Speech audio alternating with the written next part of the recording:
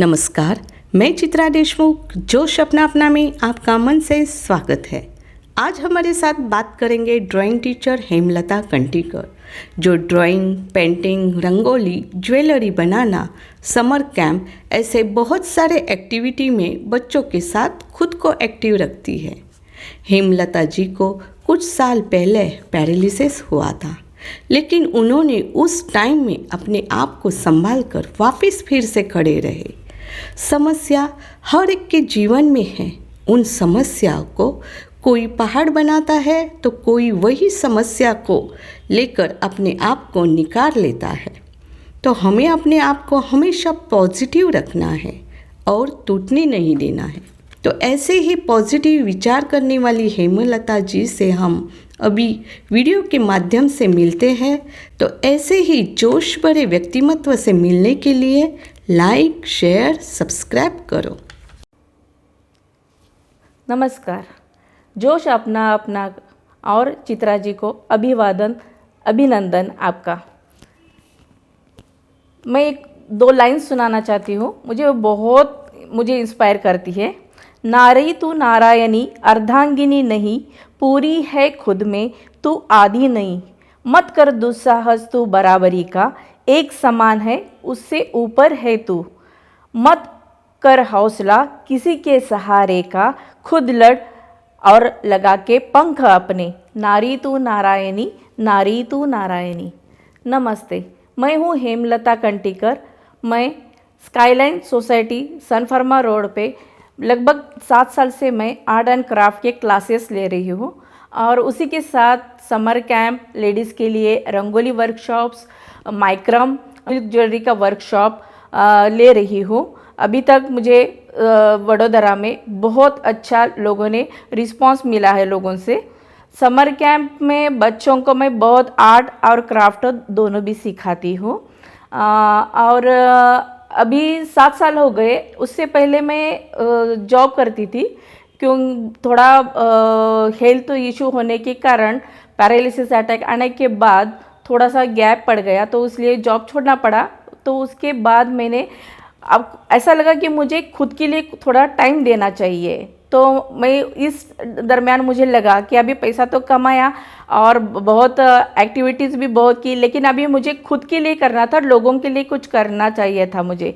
मेरी क्लास वैसे तो आर्ट एंड क्राफ्ट के मैं रेगुलर ले ही रही थी, लेकिन उसमें भी कुछ एडवांस करना चाहती थी मैं। इस वजह से मैंने रेगुलर क्लास के लिए बहुत कुछ मैंने भी सीखा, और फिर मैंने बच्चों के लिए आर्ट एंड क्राफ्ट, उसमें डूडल आर्ट्स, मधुबनी आर्ट, ये ड्राइंग के बहुत सारे टाइप्स सीखे मैंने खुद भी पहले, और फिर बच्चों को मैं अभी सिखाती हूँ। और उसके साथ ही बच्चों के लिए एलिमेंट्री और इंटरमीडिएट जो स्कूल के एग्ज़ाम्स रहते हैं उसके लिए भी प्रिपेयर करती हूँ। और साल में मैं 2 बार समर कैंप्स करती हूँ, उसमें भी आर्ट एंड क्राफ्ट बच्चों को सिखाती हूँ। बच्चों के साथ साथ मैं बहुत सारे फ्रेंड्स भी बोले कि बच्चों के लिए तो इतना कुछ सिखाती है, तो हमारे लिए भी कुछ तुम्हें सिखाना चाहिए। तो इसी वजह से मैंने सिल्क थ्रेड ज्वेलरी जो मुझे आती थी पहले से, तो वो मैंने सिखाना शुरू कर दिया। उसके साथ ही सिरेमिक आर्ट, और सिरेमिक आर्ट सिखाते सिखाते रंगोली में मैं जो दिवाली के टाइम पे मेरा हमेशा एक रंगोली बहुत बड़ा बनाती हूँ मैं, तो उसके बहुत कंपटीशन में पार्टिसिपेट किया, बहुत प्राइजेस भी मिले। तो फिर फ्रेंड्स ने बोला कि हमें भी सिखाना चाहिए तुम्हें। तो उसकी वजह से मैंने लेडीज़ के लिए वर्कशॉप भी रखे, वो भी सक्सेसफुल रहे। तो ऐसे करके मेरी जर्नी अभी शुरू है। फैमिली सिर्फ मेरे पति और बेटा और मेरे माता पिता, बहन भाई, इनको मैं फैमिली नहीं मानती। मेरा तो बहुत बड़ी फैमिली है, यानी कि मैं फेसबुक के जो फ्रेंड्स हैं, क्योंकि वो भी मुझे उतना ही प्रोत्साहित करते हैं। जब वो लाइक करते हैं, कुछ तो कमेंट देते हैं, तो मुझे खुशी होती है। वो सब अपने हैं, तो ये फैमिली मेम्बर्स है, मेरे सोसाइटी के जो बच्चे हैं, जो फ्रेंड्स हैं बाकी। और मैं जब भी किसी ग्रुप से ज्वाइन करती हूँ तो वो सब मेरे फैमिली मेम्बर्स मैं मानती हूँ, क्योंकि उनकी वजह से मुझे बहुत प्रोत्साहन मिलता है। और मुझे ऐसा लगता है कि बाबा ये इतना लोगों को अच्छा लगता है मेरा काम, मेरे काम से कोई तो इंस्पायर होके वो थोड़ा सा वो भी सीखेगा एक ना एक दिन। बच्चे और लेडीज़, मेरी वजह से एक बहुत सारे लेडीज़ ऐसे भी बोलती थी कि हम तो टाइम नहीं मिलता था। मैं बोलती थी कि 24 आवर में आप भले ही आप 10 घंटे आप नींद लेते हो, बाकी आपके घर एक्टिविटीज़ कर, तो खुद के लिए 1 घंटा तो टाइम निकालो और खुद के लिए कुछ करना सीखो और अपने लिए टाइम निकाला करो। मैं उसको खींच खींच के लाती थी। मैं ऐसे ही सोसाइटी के क्लब हाउस में बुलाती थी और उनसे काम करवा लेती थी। तो अच्छा लगता था कि अभी उनको भी थोड़ा वो भी अपने अपने हॉबी पे थोड़ा ध्यान दे रही है, अच्छा लगता है। तो इसी की तरह मैं एक आर्ट एंड क्राफ्ट के अलावा एक बार ऐसा इंसिडेंट हुआ कि सोसाइटी में एक छोटा सा बर्ड इंजर्ड मिला। तो मैंने उसको हल्के हाथ से उठाया और उसको घर में लाकर उसको पानी पिला के खिला के फिर एक GSPCA एक वडोदरा में है, तो वहाँ जाके उस पंछी को दे आई। उस वजह से मुझे ऐसा लगा कि पंछी भी, अभी हम जब बीमार होते तो हॉस्पिटल जाते हैं, फिर अगर पंछी अगर कहीं पे इंजर्ड मिलते हैं, कहीं उनको मरे पड़े यानी कि कुछ लगा होता है तो वैसे पड़े रहते, कोई ध्यान नहीं देता। तो मेरे सोसाइटी में वैसे ही एक बार वैसे ही हुआ कि बर्ड्स इंजर्ड होने के बाद मैं उनके बारे में GSPCA यानी कि Gujarat society prevention of cruelty animals, वो जो है ऑर्गेनाइजेशन, उनके साथ मैं जुड़ गई और वहाँ से मैंने थोड़ा सा सीखा कि पंछी जब कुछ इंजर्ड होते हैं तो वो डरते बहुत है, तो उनको बहुत प्यार की ज़रूरत होती है। तो मैं अभी जहाँ पे भी बर्ड्स जो मुझे ऐसे मिल जाते हैं तो मेरे घर पे लाके देते हैं, तो मैं उनको घर पे रखती हूँ। अगर मुझसे वो ठीक नहीं हुए उनका ट्रीटमेंट करती हूँ मैं, अगर मुझसे नहीं ठीक हो गए तो मैं उनको वहाँ जाकर दे देती हूँ। तो ऐसे वो बर्ड्स के साथ एक लगा हो जाता है। अभी बर्ड्स वहाँ पे इंजर्ड होते, कभी कभी मैंने ऐसा भी देखा है कि अभी एक जो वाइट पिजन था मेरे घर पे, वहाँ पे गार्डन में ऐसा पड़ा था, एक फ्रेंड ने मुझे लाकर दे दिया, तो मैंने उस पे घर पे ला दिया, तो रात भर रहा और उड़ नहीं पा रहा था। दूसरे दिन भी मैंने ऐसे घर में फ्री रखा था, उसको खाना पिया खाया उसने। दूसरे दिन थोड़ा सा मुझसे थोड़ा सा उसका फ्रेंडशिप हो गया, फिर पूरा घर में घूमता था, कभी मेरे पास आके बैठता था। तो 2 दिन में ओके होने के बाद वो फिर उसको उड़ने लगा, तो मैंने उसको छोड़ दिया। लेकिन ऐसा लगता था कि वो जो जगह पे आता था वो रोज जगह पे आता था सोसाइटी में। मैंने वो उस बर्ड को देखा तो बोले इंसान एनिमल्स भी अगर प्यार उनको दे दे तो वो भी हमें प्यार लौटा देते हैं। तो मैंने बहुत ऐसा देखा। उस तरह मैं बर्ड्स को भी अभी तक पिजन्स और बहुत सारे बर्ड्स को भी ऐसे जब इंजर्ड होते हैं तो जिसको भी मालूम है कि वो मेरे पास लेके आते हैं, तो मैं ट्राई करती हूँ कि बाबा उनकी ट्रीटमेंट ठीक से हो जाए। और मुझसे अगर नहीं हुआ, वो फिर भी उड़ नहीं पा रहा है यानी कि हो गया, हाँ एक हादसा में हो गया कि एक बर्ड मेरे घर पे लाई थी, लेकिन वो उस वक्त एक बहुत इंजर्ड था। वो पतंग, जब ये फेस्टिवल था तो पतंग में पूरा लपेटा हुआ था, उसने बहुत सारे, मैंने ट्राई किया, उसके पूरे थ्रेड्स कट कर लिए, पूरा हो गया, तो वो उसमें दूसरे दिन सुबह उठकर देखा तो वो मर गया था। बहुत बुरा लगा। तो उस वजह से मैं फिर GSP से वहाँ पे गई, तो उनसे थोड़ा उसके बारे में पूछा कि बर्ड्स मेरे घर पे आया था, वो थोड़ा इंजर्ड हो गया था, लेकिन मैं उसको बचा नहीं पाई। तो उन्होंने फिर उसके बारे में जानकारी दे दी।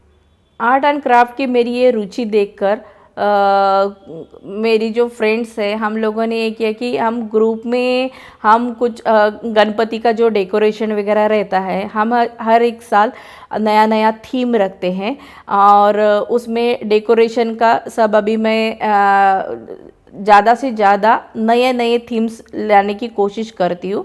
और वो सब थीम हम जो वेस्ट आउट ऑफ वेस्ट जो रहता है उसमें वो वेस्ट मटेरियल यूज़ करके ही ज़्यादा हमारी कोशिश रहती है कि हम अच्छे से अच्छा उसमें डेकोरेशन कर सके। अभी हम लास्ट ईयर ही हमने कार्डबोर्ड से पूरा गणपति का वो डेकोरेशन फिश बनाया था और सारा के जो लोग आए थे, सारा जो फाउंडेशन है, तो उन जो लोग आए थे उन सबको भी वो डेकोरेशन पूरा जो वेस्ट मटेरियल था वो यूज़ करके एक स्टैंड वगैरह और कार्डबोर्ड से पूरा हमने फिश बनाया था, और पानी वगैरह जो घर में जो क्लॉथ से उसमें वो बनाए थे। पत्थर तो हमने लिटरली प्लास्टिक बैग में जो न्यूज़पेपर रहते हैं वो न्यूज़पेपर भर के उसमें कलर दे के हमने वो पत्थर्स बनाए थे। इतना नेचुरल लुक दिख रहा था। तो ये डेकोरेशन करते समय धीरे धीरे एक एक आइडियाज़ हमारे पास आते हैं। कई कई बार ऐसा हुआ, अभी इसरो का जो ये था वो करते वक्त लिटरली हमने घर में जो बास्केट्स रहते हैं जो हम सब्जियां वगैरह क्लीन करते हैं उसका यूज़ करके हमने वो पूरा डेकोरेशन किया था। तो घर में जो पाइप पड़े रहते हैं वो पाइप और जो पेपर्स रहते हैं, ज़्यादातर न्यूज़पेपर यानी कि जो वेस्ट मटेरियल रहता है वही यूज़ करने की हम कोशिश करते। कम खर्चे में हमारा डेकोरेशन बहुत अच्छा बनता है। तो ये आइडिया जब ये करते वक्त ये ड्राइंग के साथ साथ क्राफ्ट में भी कितना हम कर सकते हैं, यानी कि बाहर घर का डेकोरेशन भी हम कर सकते हैं। तो छोटी मोटी घर की चीज़ें जो रहती है, अभी जो बैंगल्स रहती है, बैंगल्स हम थोड़ी सी उसमें से कलर्स गया या कुछ स्टोन्स गिर गए तो उसको फेंक देते हैं। तो उसमें अलग अलग टाइप के लेस करके, लेस लगा के फिर सिल्क थ्रेड लगा के मैं बैंगल्स भी बनाती हूँ। जो आपके टॉप्स या साड़ी वगैरह फटी हुई रहती है तो उसके कटिंग्स निकाल के उसके भी ज्वेलरीज बनाना मैं सिखाती हूँ। तो ऐसे करके जो घर में जो वेस्ट रहता है, अभी साड़ी का बॉर्डर निकाल दो उससे भी आप ज्वेलरी बना सकते हो। फिर जो बैंगल्स, नोज, कान का जो रहता है झुमके वगैरह, ये भी आप क्लॉथ से उसमें नया नया तरीका यूज़ करके आप बना सकते हो। थोड़ा सा वो आइडिया एक बार आपको कैच कर गया तो आप घर के जो वेस्ट मटेरियल रहते हैं उससे आप बहुत सारा डेकोरेटिव आइटम आप घर पे बना सकते हो। मेरी लास्ट में एक सखियों के लिए एक ही निवेदन है कि कहीं पहुंचने के लिए कहीं से निकलना बहुत ज़रूरी होता है। ये मेरे दिल के करीब है ये लाइन, क्योंकि मैं अगर वो स्कूल के टाइम उधर टीचर का ही जॉब करती रही होती है अभी तक, तो ये इतना मैं सब मिस कर दी थी। ये ड्राइंग, क्राफ्ट या अदर एक्टिविटीज़, रंगोली, तो ये सब मैं मिस कर देती। इसीलिए आपसे जो छूटा है उसमें आप मलाल मत करो, और जो आगे आपकी जो कर रहे हो उसमें दिल लगा के करो। तो उससे क्या हो जाएगा, आपको एक खुशी भी मिलेगी। वो फिर एक एज, सर्टन एज होने के बाद पैसा मैटर नहीं रखता आपके लिए, आपकी हॉबीज़ और आप समाज के लिए कितना कुछ दे सकते हो ये बहुत मायने रखता है। तो इस वजह से अभी मुझे ये मलाल नहीं है कि मैं अभी जॉब छोड़ रही हूँ, मैं घर पे हूँ। अभी मैं हाउसवाइफ भी खुद को नहीं बोल रही, क्योंकि मैं हाउसवाइफ से लेकर अभी हाउस मेकर बन गई हूँ। हाउस मेकर यानी कि मैं हाँ अपना खुद का घर देख के बाकी अदर एक्टिविटीज़ में भी जो समय मिलता है उसमें मैं करती हूँ।